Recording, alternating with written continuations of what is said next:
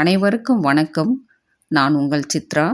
நீங்கள் பார்த்து கொண்டிருப்பது அருள்மிகு கோட்டா ஆறுமுக சுவாமி திருக்கோவில் திருத்தணி.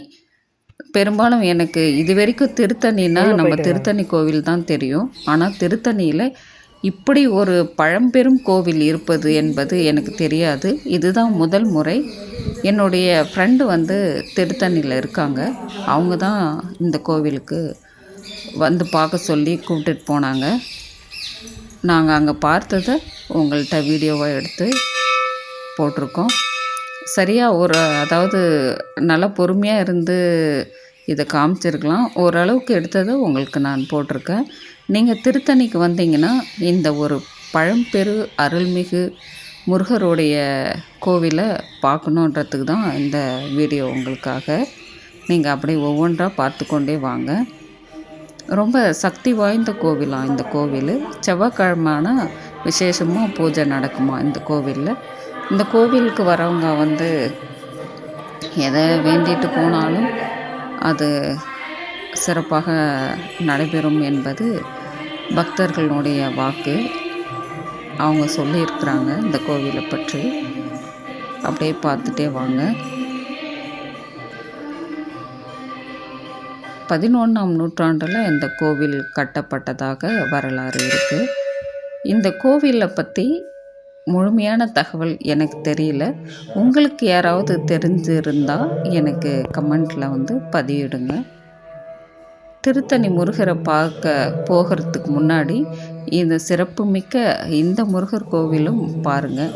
இங்கேருந்தும் திருத்தணியில் மூலவர் போனதாகவும் ஒரு தகவல் இருக்குது. அது எந்த அளவுக்குன்றது எனக்கு தெரியல. அதனால் உங்களுக்கு தெரிந்தால் நீங்கள் தகவல் எனக்கு சொன்னீங்கன்னா ரொம்ப நல்லாயிருக்கும். மற்றவர்களுக்கும் இது ரொம்ப உபயோகமாக இருக்கும் இல்லைங்களா? நீங்கள் பதிவிட்டிங்கன்னா. எனக்கு இதுதான் முதல் முறை இந்த கோவிலில் நாங்கள் போயிருந்தோம்.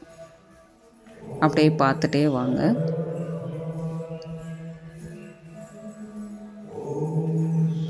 சாமி கொண்டா ஒவ்வொரு தூணும் எப்படி இருக்குன்னு பாருங்கள். இது எவ்வளோ பழமை வாய்ந்த கோவில் என்பது உங்களுக்கே தெரியும்.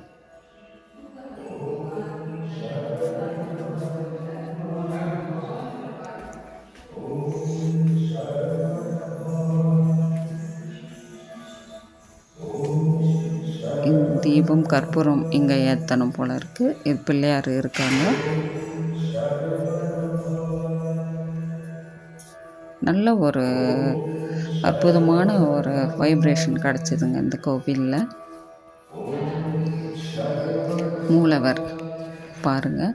இதில் இன்னொரு சிறப்புன்னா ஒவ்வொரு முருகர் கோயில்லையும் எதிரில் மயில் வாகனம் இருக்கும்.